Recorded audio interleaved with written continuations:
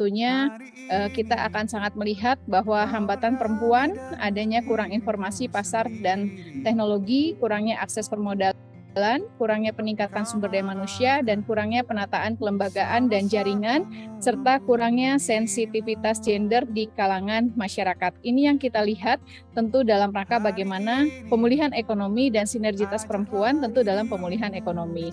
Dan kebijakan sinergi, di mana kebijakan peningkatan produktivitas ekonomi perempuan diarahkan untuk mensinergikan seluruh kekuatan yang ada, baik kekuatan sektor pemerintah, non-pemerintah, perguruan tinggi, perbankan, maupun kekuatan masyarakat umum, dan juga tentu yang lainnya untuk secara bersama-sama dan harmonis mengupayakan peningkatan produktivitas ekonomi perempuan. Melalui sinergi ini, seluruh permasalahan yang dihadapi perempuan dalam produktivitas ekonomi, yaitu rendahnya kemampuan, ketidakberdayaan, kurangnya kesempatan, dan kurangnya jaminan dapat diatasi secara bertahap dan berkesinambungan. Mari kita sama menghapus stigma terhadap perempuan, di mana kita selalu dianggap sebagai makhluk yang lemah, mudah kalah, dan menjadi beban bagi keluarga kita, suami kita, maupun juga yang lainnya. Mari kita punya tekad untuk merubah ini semuanya, tetapi dengan strategi, dengan kemampuan kualitas dari diri kita perempuan, dan tentu juga hal-hal yang lainnya yang tadi saya sampaikan.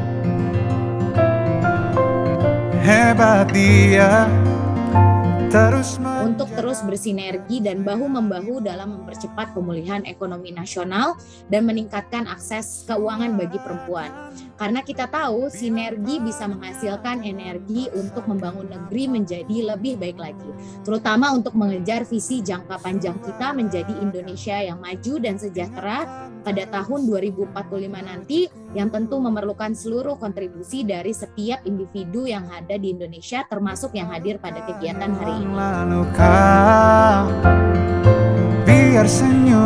Bagaimana kita memberdayakan perempuan? Karena kalau kita lihat dari tingkat partisipasi angkatan kerja untuk perempuan, jadi dari jumlah perempuan yang masuk dalam angkatan kerja kita atau labor force, itu hanya 54% dari kelompok perempuan yang memang usia kerja, yaitu 15 tahun ke atas. Hanya 54%. Sementara kalau laki-laki itu 83,6%. Jadi memang di sini banyak perempuannya, even mereka juga sudah sekolah tinggi, pada akhirnya mereka memang tidak bekerja. Kalau di sini lebih kerja secara formal ya, tercatat. Mereka tidak bekerja secara formal.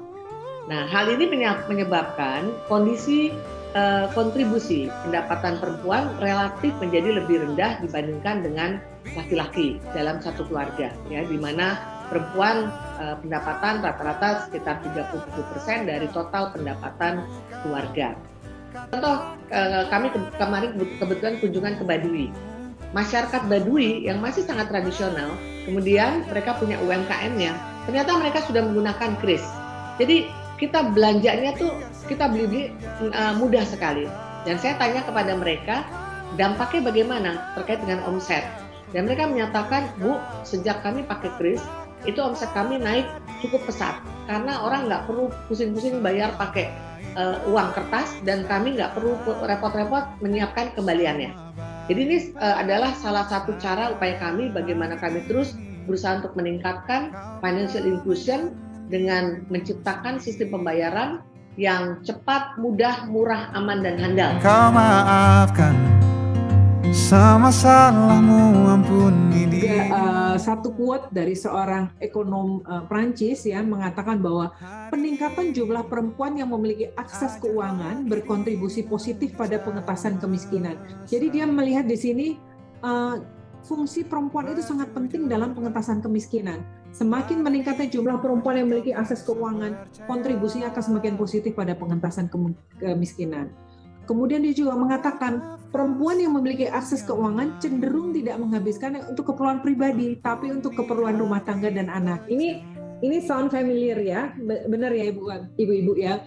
Kita perempuan, kayak saya perempuan bekerja, saya pasti mikirin untuk keluarga dan anak-anak gitu ya. Jadi itu yang kita utamakan. Ini juga sejalan dengan survei yang ada di Indonesia bahwa kalau perempuan itu pasti kalau memiliki penghasilan itu lebih untuk kepentingan rumah tangga dan anak-anaknya. Ini juga sangat penting ibu-ibu, yang ternyata mengatakan bahwa 94 pelajar yang dilakukan survei ini memperoleh informasi literasi keuangan dari orang tua. Artinya pengetahuan orang tua terhadap keuangan, ya, produk dan jasa, kemudian bagaimana kegunaan dan sebagainya, ini sangat penting dalam menanamkan literasi atau pemahaman keuangan bagi anak sejak dini. Jadi istilahnya kalau ibunya paham, ibunya pinter, itu biasanya anak-anaknya juga pintar gitu ibu-ibu. Jadi ayo ibu-ibu sekarang sama-sama kita belajar untuk bisa mengakses kemudian well literate tentang produk dan jasa keuangan yang ada di sekitar Terus kita. aku makna cukup. Membangun bisnis dari hati dengan tujuan social impact untuk ibu-ibu menyusui dan lapangan pekerjaan. Ini yang ingin saya tekankan kepada seluruh wanita-wanita KPPG se-Indonesia. Kenapa ketika kita memulai semua dari hati, saya yakin berkahnya itu akan lebih banyak. Jalannya pun akan lebih dibukakan oleh yang di atas. Karena saya memikirkan social impact apa nih yang saya cari. Saya ingin problematika yang saya rasakan itu bisa menjadi solving problem untuk wanita-wanita atau perempuan-perempuan yang tidak bisa menyusui karena memang rasanya sangat-sangat depresi pada saat tidak bisa menyusui. Mungkin ibu-ibu di sini yang sudah punya anak yang pernah merasakan tidak bisa menyusui pasti pernah merasakan feeling dulunya seperti apa. Luka-luka hilang lalu kau